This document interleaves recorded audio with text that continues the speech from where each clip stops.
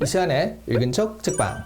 안녕하세요. 성신여대 겸임교수이자 테크, 비즈니스, 인문 쪽으로 글을 쓰고 있는 작가 이시안입니다. 오늘 소개해드린 책은요, 유전자 편집 기술인 크리스퍼에 관한 이야기인데요. 그 어려운 이야기를 노벨상 수상자인 제니퍼 다우드나의 스토리를 따라가며 전개하는 책이거든요. 그러니까 여전히 어렵습니다. 하지만 재미있어요. 스토리를 따라가다 보니까 지루하진 않습니다. 과학자들의 경쟁도 있고요. 여성 과학자에 대한 차별도 있습니다. 그리고 그 차별을 극복하는 스토리도 있죠. 그리고 무엇보다 인류의 공익을 위해 뭉치는 과학자들의 공조가 있습니다. 이런 스토리들이 월터 아이작슨 특유의 몰입감 있는 문체로 제시되니까 생각보다 재미있게 읽을 수 있는 책이에요. 유전자 혁명에 대한 이야기이자 이쪽 분야의 슈퍼스타인 제니퍼 다우드나의 이야기입니다. 코드브레이커예요. 월터 아이작슨의 전작은요, 스티브 잡스의 이야기인 스티브 잡스입니다. 디지털 코드의 영웅이라고 할 수 있죠. 그리고 그 다음 작품이 바로 코드브레이커인데요. 바이오 코드에 대한 이야기예요. 세상의 모든 정보가 1과 0으로 기록되고 처리되는 디지털 혁명은 PC가 보급되고 손안의 전화가 PC 역할을 하면서 그야말로 비약적으로 발전을 했죠. 인간의 생활을 완전히 뒤바꿔 놓았습니다. 그래서 아이작스는요, 스티브 잡스를 쓴 건데요. 그 다음 인간의 생활을 송두리째 바꿔놓을 기술이 바이오 코드라고 아이작스는 보고 있는 거예요. 그래서 이런 주제를 쓴 겁니다. 다우드나는 그 기술의 대표적인 사람인 거예요. 다우드나가 가진 기술을 한마디로 말하면 유전자를 편집하는 기술이라고 할 수 있습니다. 인간의 유전자 코드가 완벽히 해독되었다 해도요, 그 유전자를 편집할 수 없다면 그건 아무 의미도 없거든요. 읽기 전용의 PDF 파일을 열어본 것이나 마찬가지입니다. 오타가 있고 그림을 좀 바꾸고 싶고 그래도요, 읽기 전용이라 편집을 할 수가 없어요. 그런데 다우드나와 동료들의 노력으로 크리스퍼가 발견되고 유전자를 편집할 수 있는 가능성이 생기면서 그 이후로 유전자 편집 기술은 비약적으로 발전을 하게 됩니다. 정식 라이센스로 편집까지 가능한 PDF 프로그램을 산 것이나 마찬가지예요.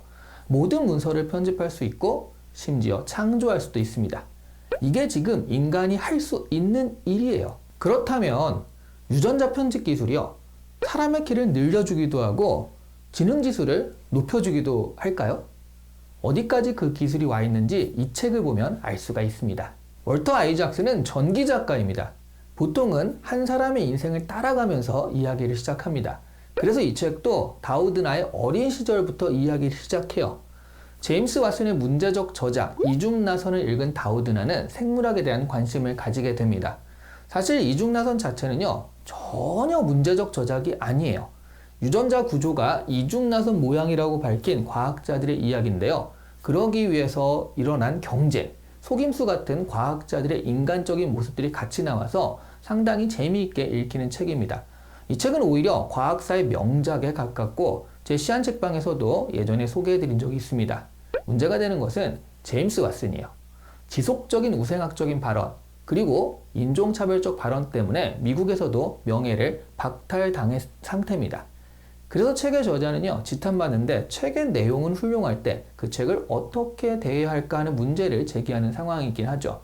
어쨌든 다우드나뿐 아니라 이 책에 나오는 많은 과학자들이 이 이중나선을 읽고 유전자 분야에 헌신하겠다고 결심한 예가 많으니까 과학사에서는 아주 중요한 책인 것은 틀림없습니다. 다우드나는 처음에 화학과로 진학했지만요, 적응하지 못하고 프랑스어로 전공을 바꾸려고 했어요. 하지만 다행히도 방학 동안에 실험실 활동에 참여하다가 과학에 대한 재미를 알게 되었고 생화학과 대학원을 진학하게 됩니다. 여기서 처음 RNA를 접하게 되는데요. DNA는 생명체의 특징을 표현하는 코드를 가지고 있지만 막상 그 자신이 하는 일은 별로 없습니다. DNA의 코드를 복제해서 단백질을 생산하는 것은 RNA죠. 그러니까 기업으로 치면요, DNA는 경영자, 그리고 RNA는 실무자라고 할 수 있어요. 그런데 경영자는 경영자인데 머리만 굴리고요, 실무는 거의 안 하는 그런 경영자인 거죠. 그런데 우리가 그 기업과 같이 일하거나 무언가 관계를 맺으려면 우선 실무자와 같이 만나서 무언가를 해야 하거든요. 다우드나는 바로 이 RNA에 대한 연구를 했습니다. 그러다가 다른 과학자들에 의해서 크리스퍼가 발견이 됩니다. 유전자를 분석하다가 일정한 염기 서열이 반복되는 현상을 발견하게 되거든요. 게다가 반복되는 구간은 회문을 이뤄요. 회문이라는 건 기러기, 토마토, 우영우처럼요. 앞으로 읽어도 거꾸로 읽어도 똑같은 구문을 말해요. 이것을 영어로 말하면 이렇게 되는 거죠. Clustered, Regularly, Interspaced, Short. 어렵네요. Palindromic, Repeat. 이런 얘기인데요. 번역하면 일정한 간격을 두고 분포하는 짧은 회문 반복 서열입니다. 이 앞자를 따보면요. CRISPR이죠. 크리스프가 되는데요. 이게 이자가 있다고 치고 그냥 크리스퍼라고 읽는 거거든요. 그래서 이것을 딴 것이 바로 크리스퍼예요. 연구자들은요, 이 크리스퍼가 새로운 바이러스에 대한 인체의 후천성 면역 체계였다는 것을 밝혀냅니다. 말하자면 한번 들어왔던 바이러스의 인상착의를 기록해 놓은 거예요. 이 크리스퍼 면역 체계는 DNA에 새겨진 인상착의를 RNA가 복사해서 가지고 다니다가 이 인상착의에 해당하는 바이러스를 만나게 되면요, 카스9이라는 효소를 가지고 해당 부위를 색출해내게 됩니다. 해당 부위를 카스9으로 잘라내는 거예요. 그래서 이것을 유전자 가위라고 부릅니다. 그러면 처음에 인상착의 정보를요, 원래 DNA에 있던 것 말고요, 인위적으로 프로그래밍 한다면 어떻게 될까요? 이 시스템에서 실무자에 해당하는 RNA인 crRNA에게 원하는 타겟의 정보를 사람이 입력을 하는 거나 마찬가지예요. 그러면 그 타겟의 DNA 정보를 깔끔하게 잘라낼 수 있게 됩니다.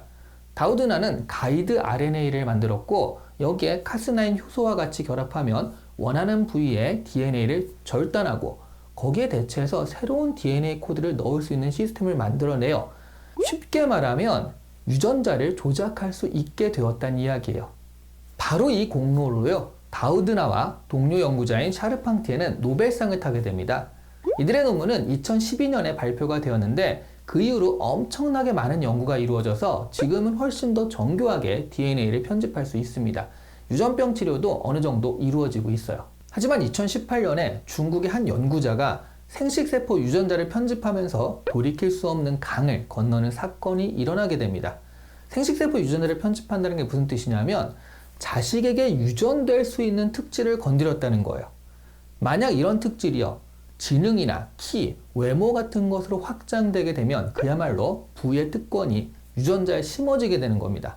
부의 대물림이 고착화되는 거기도 하고요. 돈이 많은 사람들은 자식을 매력적인 외모와 튼튼한 신체, 그리고 스마트한 지능을 가지고 태어날 수 있게 한다는 뜻이거든요. 이 중국 연구자는요, 중국에서 실형을 선고받고 감금되어 있어요. 하지만 이 사건 때문에 전 세계는 충격을 받게 됩니다. 아직 이에 대한 윤리적 가이드라인이나 합의가 된 것은 아니기 때문에 여전히 조심스러운 상황이긴 한데요. 이에 대한 논의를 발전시키려고 할 때 코로나 시국이 닥쳐요. 유전자 편집 연구자들은 코로나 바이러스를 진단하고 예방하는 시스템을 만들기 위해 뭉칩니다. RNA를 활용한 백신인 모더나나 화이자 같은 백신을 만들어내는 거죠. 이 사태에 전력을 쏟느라 사실 유전자 편집에 대한 논의나 연구는 잠시 소강 상태였어요. 그런데 코로나가 일상화되어서 다시 연구가 활발하게 진행되면 바로 만나게 되는 문제가 이 생식세포 유전자 조작에 관한 것입니다. 치료라든가 유전병 같은 대상에 한정 짓겠다는 것이 연구자들의 입장이지만 2018년의 사태에서 보듯이요, 결국 미친 과학자 한두 명에 의해서 일은 저질러지는 거거든요. 바이오 해커 같은 경우도 있고요. 이 책은 이런 유전자 편집 기술의 발전과 현재적 상황에 대한 이야기들을 유전학계의 가장 대표적인 인물이자 사실상 슈퍼스타라고 할 수 있는 제니퍼 다우드나를 따라가며 기술하고 있습니다. 그래서 어려운 내용인데도 생각보다 재미있고 읽기에 편해요. 오늘 이 시간에 읽은 척 책방은 월터 아이작슨의 코드 브레이커였습니다. 좀 두껍긴 했죠. 좋아요와 구독은요, 편집이 불가능합니다. 그러니 여러분이 부지런히 눌러주시는 수밖에 방법이 없거든요. 부탁드려요. 바로 눌러주시기 바랍니다. 감사합니다.